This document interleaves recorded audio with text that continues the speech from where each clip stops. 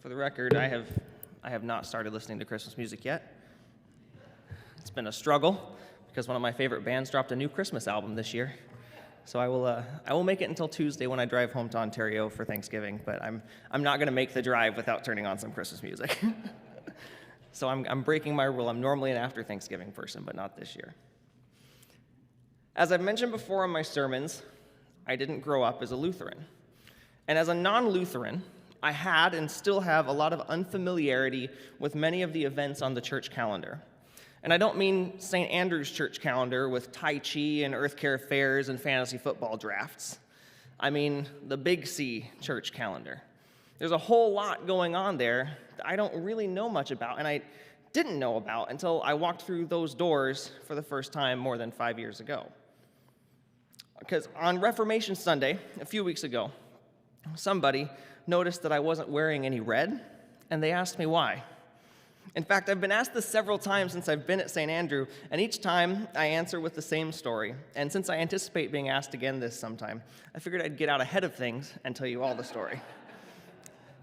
The first time that my wife Becky and I visited St. Andrew was on Pentecost Sunday in May of 2018.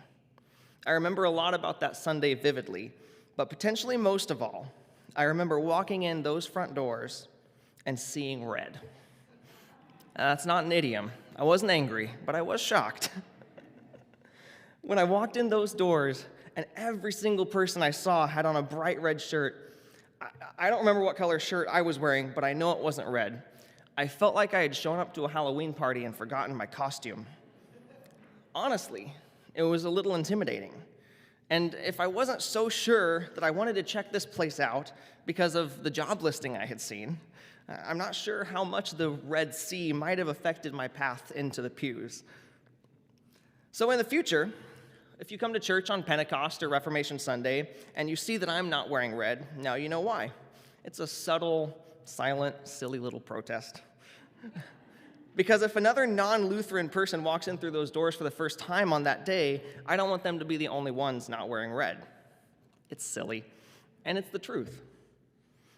I honestly don't know much about the church calendar, and what I do know I've learned here at St. Andrew. So when Pastor Mark told me that he'd be out of town this weekend and that I would get to preach, I was excited to find out that it was Christ the King Sunday, and I was excited because I had absolutely no idea what that was. I was eager to dive into the history of what I was sure must be another ancient church holiday with a storied tradition that I had never heard about before. Boy, was I wrong. In fact, it's one of the newest church holidays we have, still being less than a century old.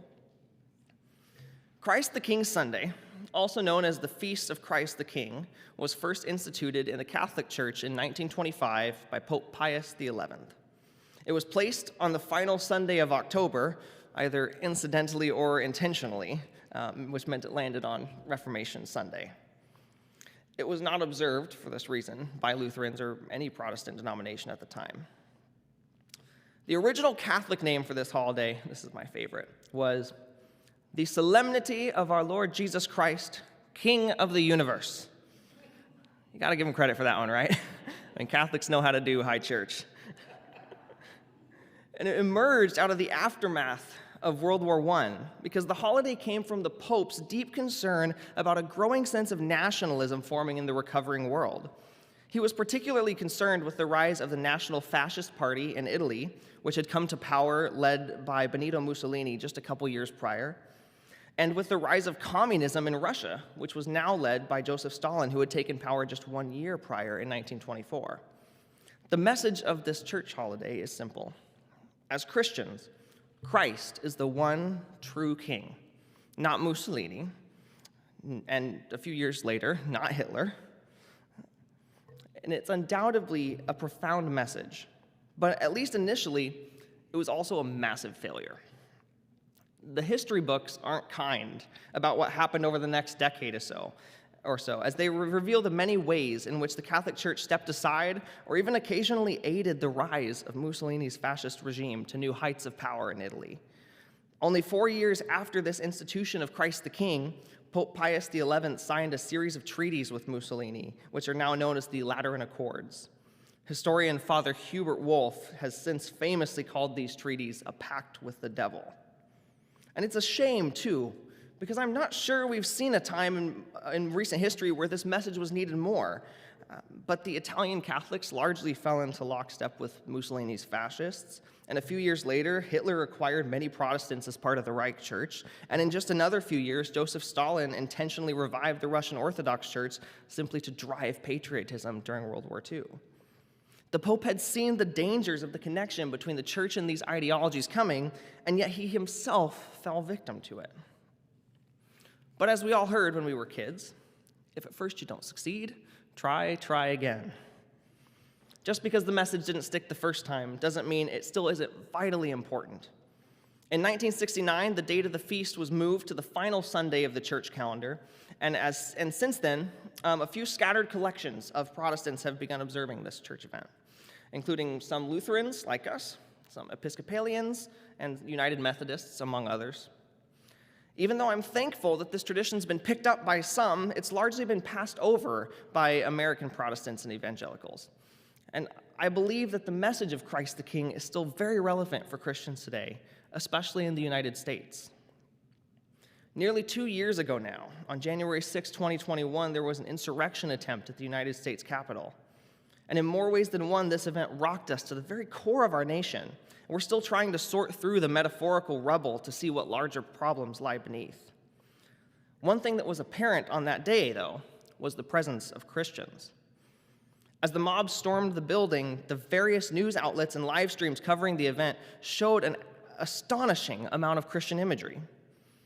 There were portraits of Jesus wearing a MAGA hat. Some people carried their Bibles with them. Others carried wooden crosses with "Jesus saves" written across the crossbeam. And the official flag of the Christian church was seen hoisted above someone's head as they broke onto the floor of the Senate. I know people who chose to walk away from Christianity that day because of what they saw at the Capitol, and I don't blame them. It didn't feel like it had anything to do with Jesus anymore, just an attempt at grabbing power using him as a cover. And I think this is exactly the type of thinking that Pius XI was worried about when he instituted the Feast of Christ the King. But to be fair, I don't think he would just be worried about this relatively small extremist group that went to the Capitol. Whether we like to admit it or not, if we're conservative or progressive, Republican or Democrat, we can all slip into the rut of idolizing one particular candidate, leader, or party platform. We can get sucked into thinking that our tribe has all of the right answers, but no matter what person, party, or subculture we choose, it will fail under those expectations. It's asking too much, which is why Pope Pius said we need to be reminded that there is one larger kingdom with one true king. And as I was researching this and preparing this sermon, this was all making so much sense to me, but left me with a question. Then why is this having such a tough time catching on? I wonder if king is the problem.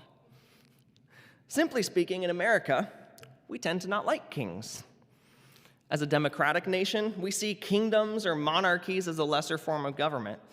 We've seen through history how power can get abused in that type of system.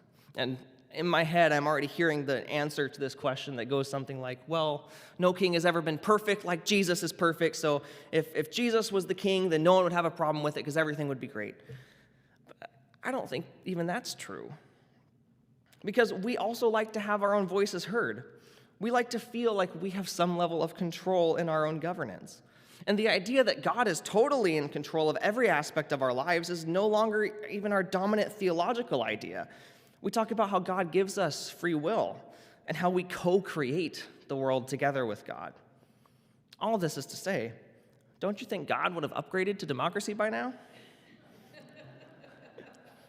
So what if we tried that on for size? How about Christ the President? How's that feel? Yeah, me either. I don't really like how that sounds. It's not enough somehow. And yeah, it probably gives some January 6th flashbacks too. So I don't like that. What do we do then? Is there a more helpful, more contemporary way to characterize Christ's leadership? Christ the Prime Minister? Christ the CEO? I mean, at least those are gender neutral, right? Unlike king. I was once part of a discussion where a group of people decided maybe Christ the activist was the new metaphor for Christ's leadership. And while this worked better in many ways for me, the emphasis on justice and participatory creation, it still seemed to lack some standalone power that seems necessary here. Maybe this is just the wrong approach altogether. Maybe something fundamental is the issue here. All these metaphors have one very significant thing in common. They're all human. And while Jesus certainly was human, the Christ just can't fit into a human-shaped box. A couple weeks ago, in the class I'm teaching on the Apostles' Creed, someone mentioned that it was interesting how the Creed anthropomorphizes God.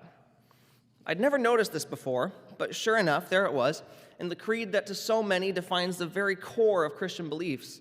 Jesus is said to go up into heaven and sit at God's right hand.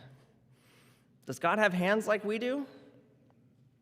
Now, sure, I know that sitting at someone's right hand can be a metaphor for someone who's second in command or a close partner with the leader, but it's not like this is an isolated case. Everywhere we go, we can't stop thinking about God as a person. So many famous paintings where God is depicted as the old, bearded white man. And we can try to right that ship as many ways as we want to. We can depict God in all different races or whatever gender or whatever age, but we can't seem to describe God as something other than some sort of person. I wonder if a first step towards finding a better metaphor is to try something, maybe anything, to break out of that box.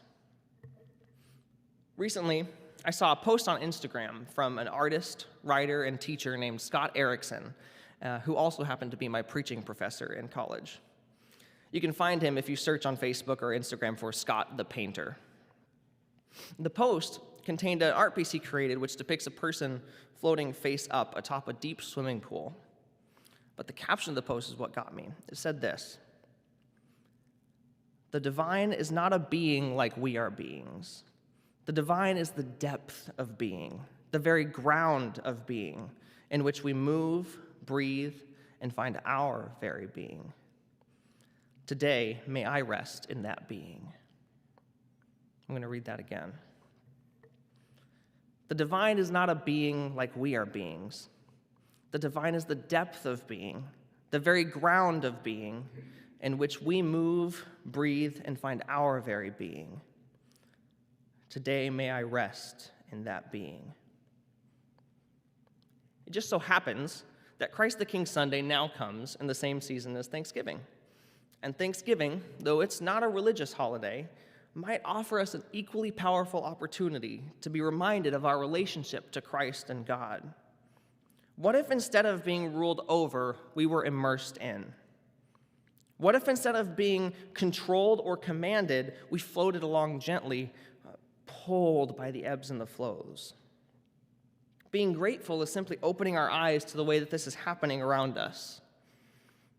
On Friday, Becky and I attended the funeral of her grandpa, and her uncle, who offered the eulogy, he said something beautiful.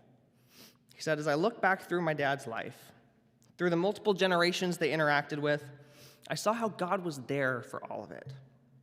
He didn't say, "I saw how God made this happen," or "God made that happen," or "God intervened here and changed this." No, he just said God was there.